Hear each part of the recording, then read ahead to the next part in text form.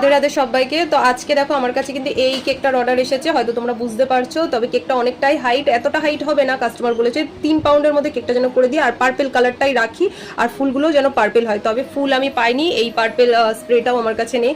তো তার জন্য আমি কিছু একটা করেছি, তোমাদেরকে সেটাই দেখাবো।